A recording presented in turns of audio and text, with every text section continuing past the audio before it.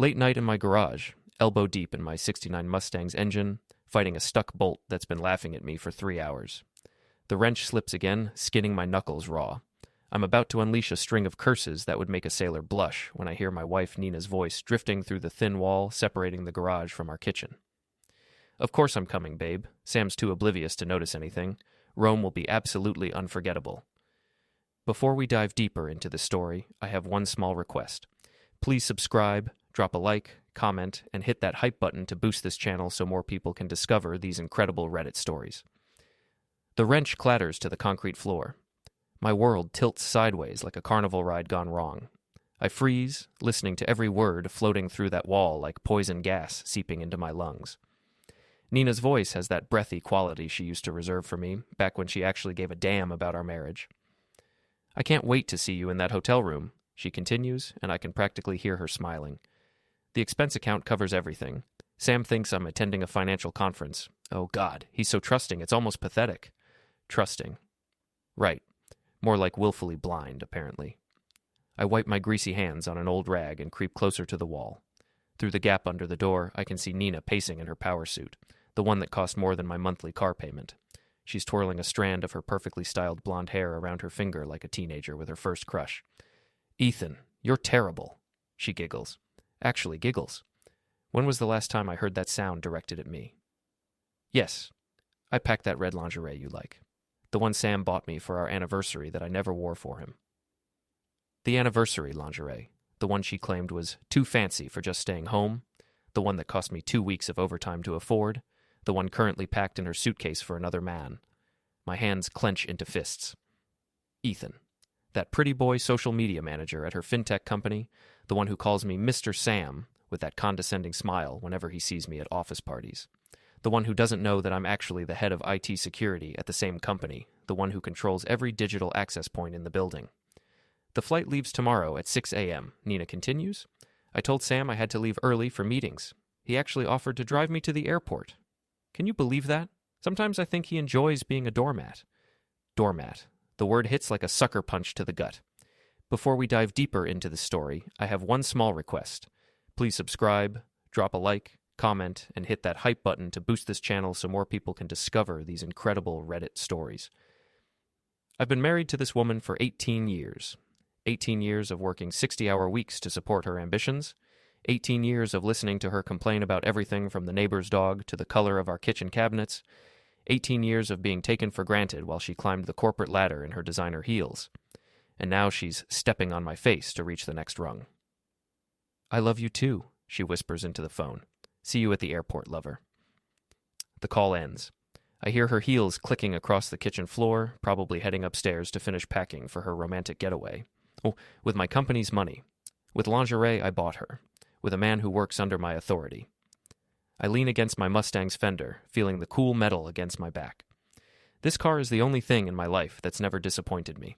Every bolt, every wire, every piece of chrome is exactly what it appears to be. No hidden agendas, no secret phone calls, no lies wrapped in pretty packages. The garage door to the house opens. Nina appears in her silk pajamas, the expensive ones she claims are too delicate for me to touch. Still working on that old car?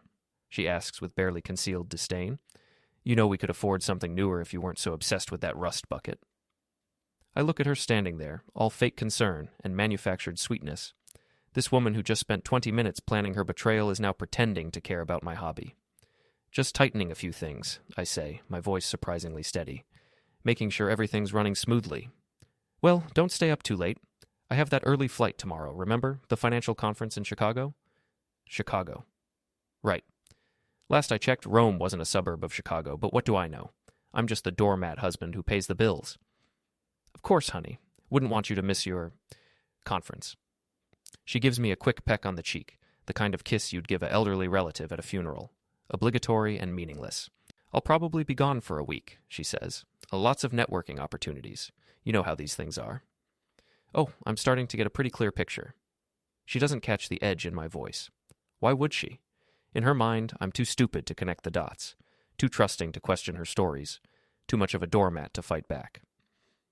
After she disappears back into the house, I pull out my phone and do what any good IT security chief would do. I access the company's travel booking system.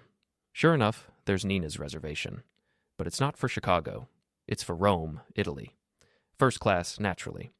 And there's a second reservation under the same confirmation number. Ethan Mitchell, social media coordinator. 2 hotel rooms booked, or rather, 1 suite with a king bed and a view of the Colosseum. All charged to the company expense account under Client Development European Markets. The only European market Nina's developing is between the sheets with a man 10 years younger than me. I scroll through more records. This isn't their first rodeo.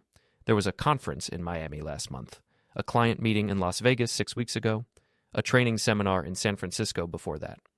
My wife has been running a side business, and I'm the unpaid sponsor. But here's the thing about being head of IT security that Nina seems to have forgotten. I don't just protect the company's digital assets. I control them. Every login, every access code, every electronic transaction flows through systems I designed and maintain. And Ethan, poor stupid Ethan, is about to learn that you don't mess with the man who holds the keys to the digital kingdom. I open my laptop and get to work. First, I cancel Ethan's hotel reservation. Then I freeze his company credit card. Then I revoke his access to the corporate travel portal. By the time I'm finished, his Rome vacation is going to feel more like a Dante's Inferno experience. My phone buzzes with a text from Nina. Thanks for being so understanding about the trip. You're the best husband a girl could ask for. I type back, have a wonderful time in Chicago, sweetheart. I hope you get everything you deserve. And I mean every word of that. The alarm screams at 5 a.m. Nina's already in the shower, humming some pop song that's probably on Ethan's Spotify playlist. I lie in bed, staring at the ceiling, listening to her get ready for her grand adventure. She emerges from the bathroom wrapped in a towel, her hair perfect despite the early hour. Amazing how much effort she puts into looking good for other people. Could you make some coffee while I finish packing? She asks, not really asking. Sure thing, honey.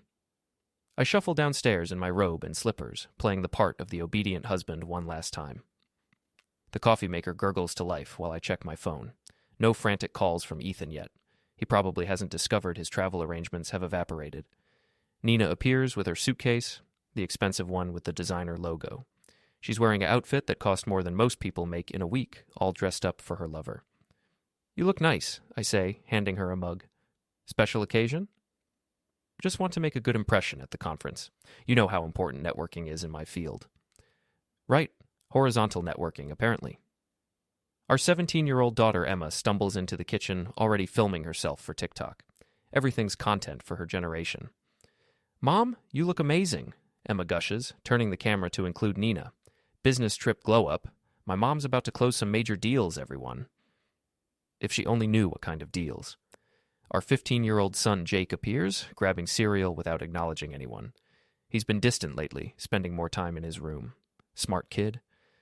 Maybe he senses the tension I've been too blind to see. I should get going, Nina announces, checking her Rolex. Another gift from her grateful husband. Traffic to the airport, you know. Want me to drive you? I offer, just to see her squirm. No. I already called a rideshare. Don't want to inconvenience you. More likely, she doesn't want me seeing her meet up with Ethan at the departure gate. She gives me another one of those obligatory kisses. I'll call you when I land in Chicago. Looking forward to it. The rideshare arrives. I help her with her suitcase, playing the dutiful husband role to the end.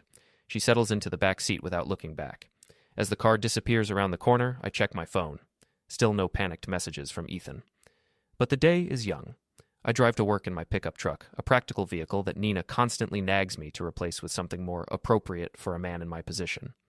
What she doesn't understand is that I like being underestimated. People tell you things when they think you're not important enough to matter.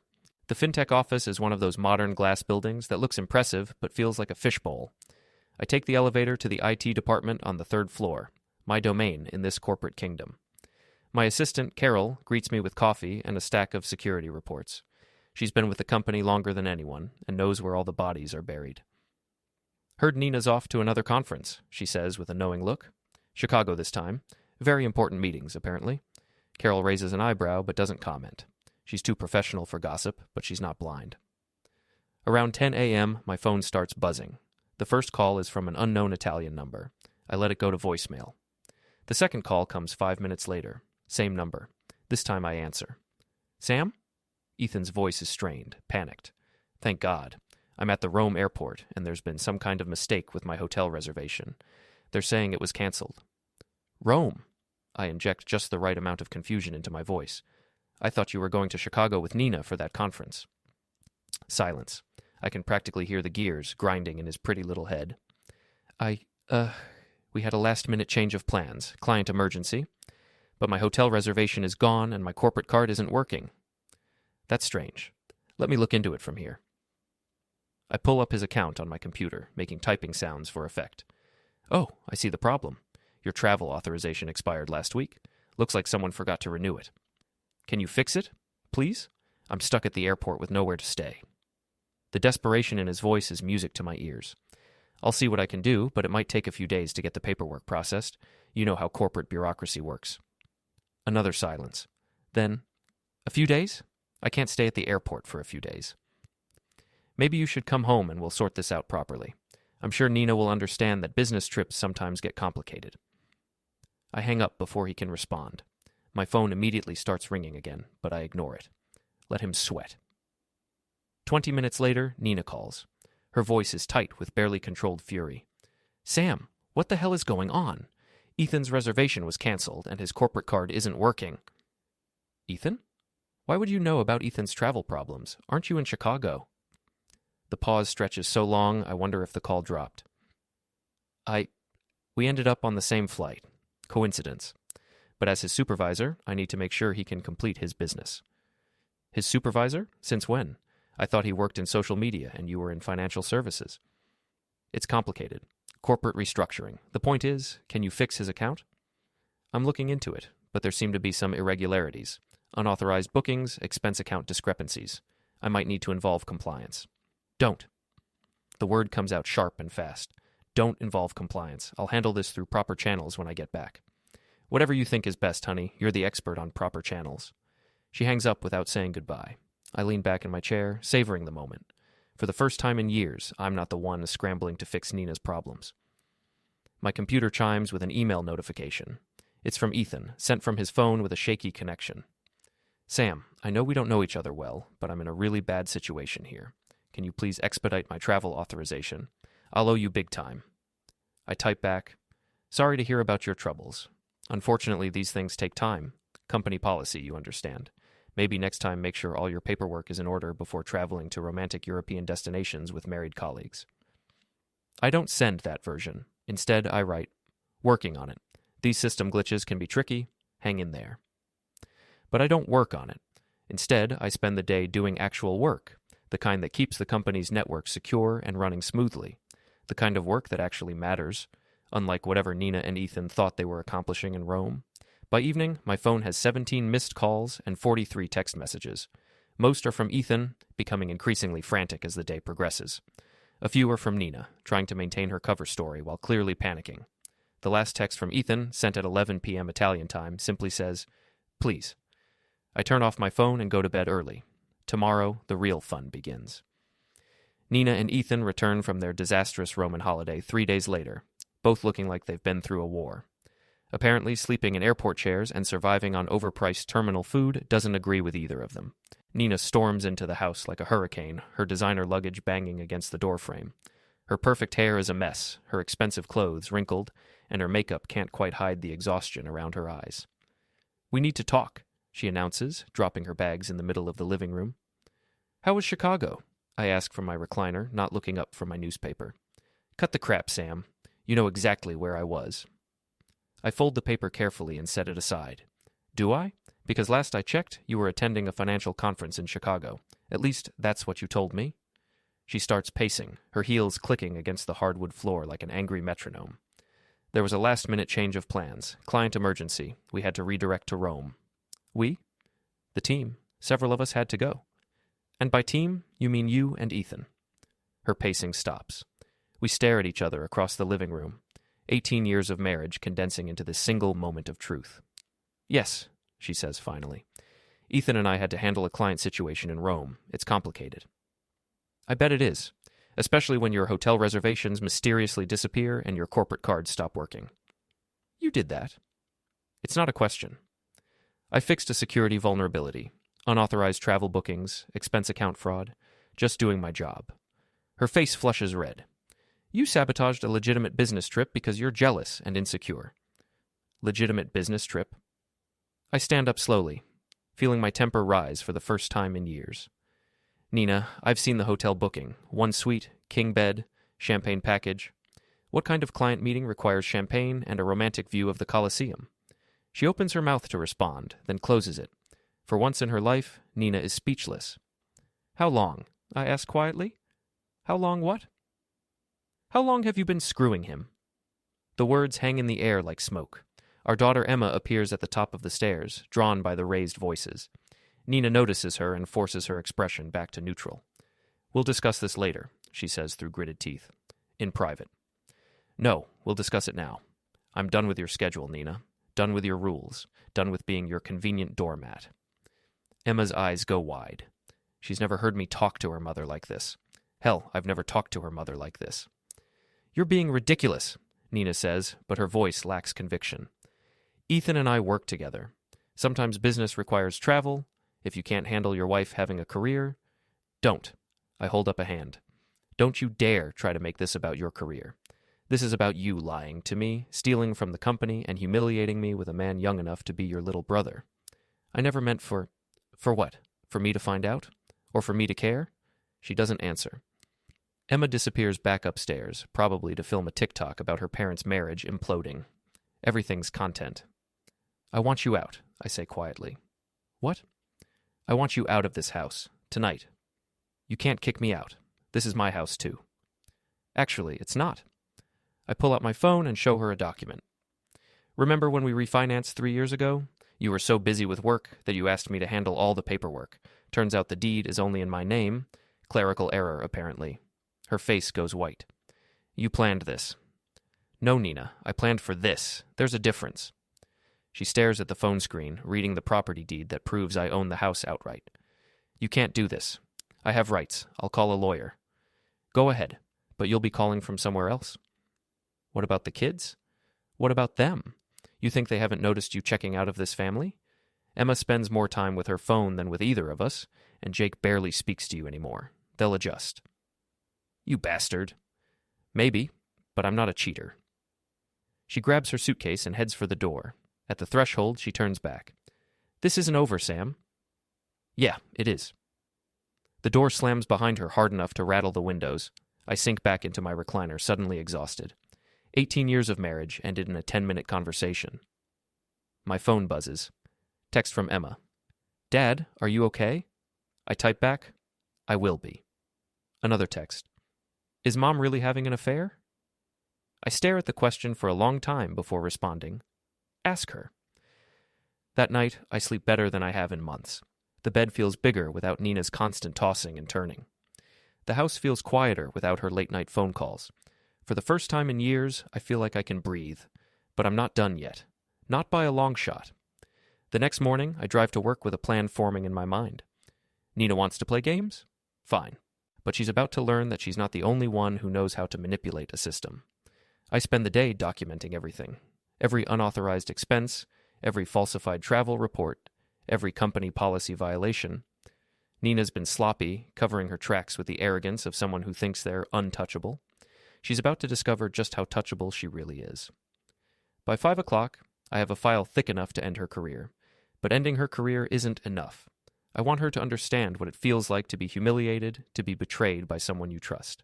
I want her to feel exactly like I did when I heard her giggling about Rome in our kitchen, and I know just how to do it. The company's annual charity gala is held at the Riverside Hotel, the fanciest venue in our Rust Belt city. It's one of those events where everyone pretends to care about worthy causes while really just showing off their expensive clothes and making business connections. Nina loves these things. She spends weeks preparing, getting her hair done, buying new dresses, practicing her networking smile in the mirror. It's her chance to shine, to be seen as the successful executive she's always wanted to be. This year's gala is going to be very different. I arrive early, wearing my best suit. It's not designer like Nina's dress will be, but it's clean and pressed and makes me look like someone who belongs here. The ballroom is decorated with white tablecloths and gold centerpieces, all very elegant and sophisticated. I find my assigned table and check the seating chart. Nina is at table 12, near the front, where all the executives sit. Ethan is at table 15 with the other middle management types. They're not sitting together, maintaining the pretense that they're just colleagues. But I know better. At 7 o'clock, the guests start arriving.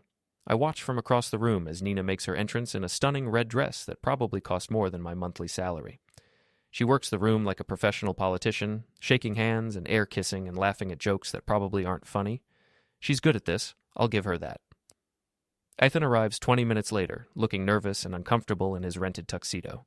He keeps glancing around the room, probably looking for Nina, but she's careful not to acknowledge him directly. They're both playing their parts perfectly. The dinner portion of the evening passes without incident. Rubber chicken, boring speeches about quarterly earnings, the usual corporate theater. I smile and nod and play the role of the dutiful IT director, invisible and harmless. But when they dim the lights for the presentation portion of the evening, I make my move. I slip out of the ballroom and head to the hotel's business center, where I've already set up my laptop and connected to the venue's Wi-Fi network. The hotel's security is laughably weak, and I'm inside their system in less than 5 minutes. The presentation screen in the ballroom is controlled by a wireless connection. All I have to do is override their signal with my own. Back in the ballroom, the CEO is droning on about corporate responsibility and community involvement. The lights are still dim, and everyone's attention is focused on the boring PowerPoint slides about charitable donations and volunteer hours. That's when I strike. The presentation screen flickers, and suddenly, instead of pie charts about giving, there's a photo of Nina and Ethan kissing in what looks like an airport lounge. The timestamp shows it's from their Rome trip. A murmur goes through the crowd. People start pointing and whispering. Nina, who's been checking her phone at her table, looks up and sees her own face 20 feet tall on the presentation screen. Her expression is priceless. But I'm not done yet.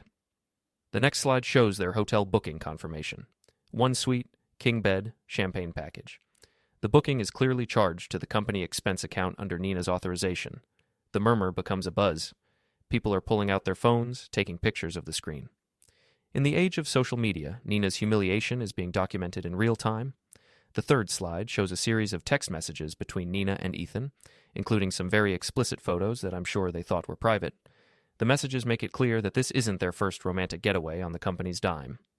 Nina jumps up from her table, her face red with rage and embarrassment. She's shouting something, but I can't hear her over the noise of the crowd. Security guards are moving toward the presentation booth, but they don't know where the signal is coming from. The fourth slide is the coup de grace, a detailed financial breakdown showing how much company money Nina has spent on her affairs over the past 6 months. Hotels, flights, restaurants, gifts. The total is staggering. The CEO has stopped talking and is staring at the screen in shock. The company's board of directors, seated at the head table, are frantically whispering to each other. This is exactly the kind of scandal that makes shareholders nervous. Nina is pushing through the crowd now, trying to reach the exit, but everyone's looking at her, recognizing her from the photos. There's nowhere to hide. Ethan, meanwhile, has disappeared entirely, probably hiding in the bathroom, or maybe he's already left the building. Smart move, but it won't save him. The final slide is simple, a resignation letter with Nina's forged signature, effective immediately. The lights come up, and chaos erupts. People are talking, shouting, taking pictures. The CEO is trying to restore order, but it's too late. The damage is done. I slip out of the business center and blend back into the crowd, just another shocked guest witnessing the destruction of Nina's career. No one suspects the quiet IT director in the off-the-rack suit. My phone buzzes with a text from Nina. "You bastard," I type back. "Rome wasn't built in a day, but careers can be destroyed in 5 minutes." She doesn't respond. The gala ends early, with guests streaming out into the night still buzzing about what they've witnessed. Nina's car is already gone from the parking lot. Ethan's too. They're probably somewhere together, trying to figure out how to salvage their reputations. Good luck with that. I drive home slowly, taking the long way through the city streets. The radio is playing some old song about revenge being sweet, and I find myself humming along. At home, the house is quiet. Emma and Jake are both in their rooms, probably scrolling through social media and seeing the fallout from tonight's events. By tomorrow morning, Nina's humiliation will be viral. I pour myself a whiskey and sit in my recliner, feeling a satisfaction I haven't experienced in years. For 18 years, I played by Nina's rules, lived by her schedule, accepted her priorities. I was the supporting character in her story. Not anymore. My phone rings. It's Nina. "Answer the phone, you coward," she screams into my voicemail. "Answer the damn phone." I delete the message without listening to the rest. She calls again and again and again. I turn off the phone and finish my whiskey in peace. Tomorrow, there will be consequences. Lawyers, probably. Divorce proceedings, certainly. Custody battles, financial negotiations, all the messy aftermath of a marriage's end. But tonight, I'm not the fool anymore. Tonight, I'm the one holding all the cards. 3 weeks later, the divorce papers are filed and Nina's career is officially over. The company fired her for expense account fraud, and word has spread throughout the industry. No one wants to hire an executive who steals company money for romantic getaways. Ethan fared slightly better. He was demoted and transferred to the company's Cleveland office, which is basically corporate exile. His social media presence, once carefully curated to show his glamorous lifestyle, has gone dark. I'm sitting in my lawyer's office, reviewing the settlement agreement. Thanks to Nina's infidelity and financial misconduct, the divorce is heavily weighted in my favor. I get the house, the cars, and most of our assets. She gets her clothes and whatever's left of her reputation. She's agreed to all the terms, my lawyer says, sliding the papers across his desk. Frankly, I'm surprised she didn't fight harder. She doesn't have much leverage, I reply, signing my name with a flourish. Hard to negotiate when you're caught red-handed. My phone buzzes with a text from Emma. Dad, Mom wants to see you. She says it's important. I consider ignoring it, but curiosity gets the better of me. After everything that's happened, what could Nina possibly have to say? We agree to meet at a coffee shop downtown, neutral territory. I arrive first and choose a table in the back corner, away from other customers. Nina walks in 15 minutes later, and I barely recognize her. The polished executive is gone. Her hair is unwashed, her clothes are wrinkled, and she's lost weight. She looks like someone who hasn't been sleeping well.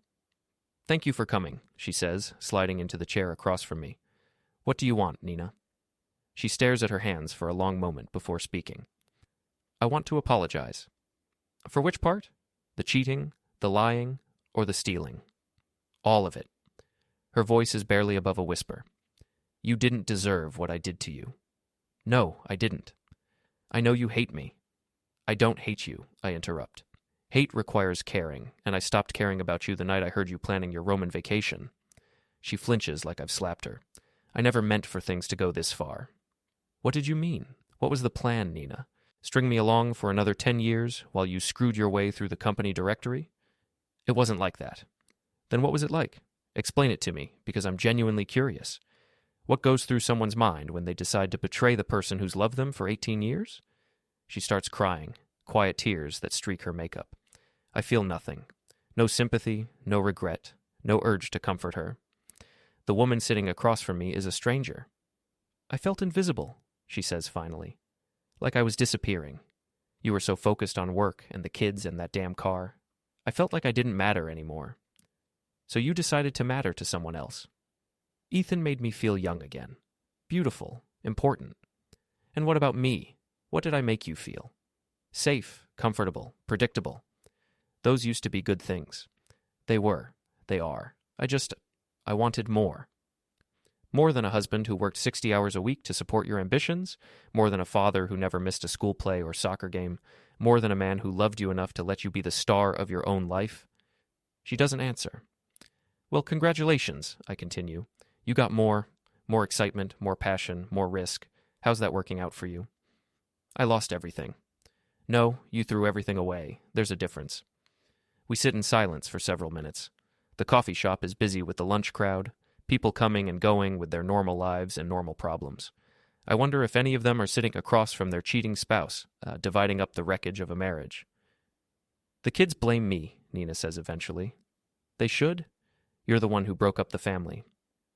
Emma won't return my calls. Jake pretends I don't exist. Kids are smart. They know who they can trust. I'm still their mother. Being a mother is more than biology, Nina. It's about being present, being reliable, being someone they can count on. When's the last time you were any of those things? She doesn't have an answer for that either. I'm moving to Phoenix, she says suddenly. My sister has a job lead there. Fresh start. Good luck. Will you tell the kids that I love them? Tell them yourself, if you can figure out how to be honest for 5 minutes. She stands up, gathering her purse and what's left of her dignity. I know you'll never forgive me, but I want you to know that I did love you. Maybe not the way you deserved, but I did love you. I know you did, in your own selfish, destructive way. She walks away without looking back. Through the coffee shop window, I watch her get into her car and drive out of my life forever. My phone buzzes with a text from my son Jake. Dad, can we work on the Mustang tonight? I want to learn how to rebuild an engine. I smile and type back. Absolutely. We'll start with the basics. For 18 years, I was the supporting character in Nina's story. The reliable husband, the steady provider, the safe choice who could be taken for granted. But that story's over now. I'm writing a new one, and this time, I'm the hero. I finish my coffee and walk out into the sunshine, feeling lighter than I have in years. The Mustang is waiting in the parking lot, chrome gleaming, engine purring like a satisfied cat. Some things, unlike marriages, get better with age and attention. I drive home to teach my son about engines, about precision, about the satisfaction of building something that lasts, about the difference between what's reliable and what's just convenient.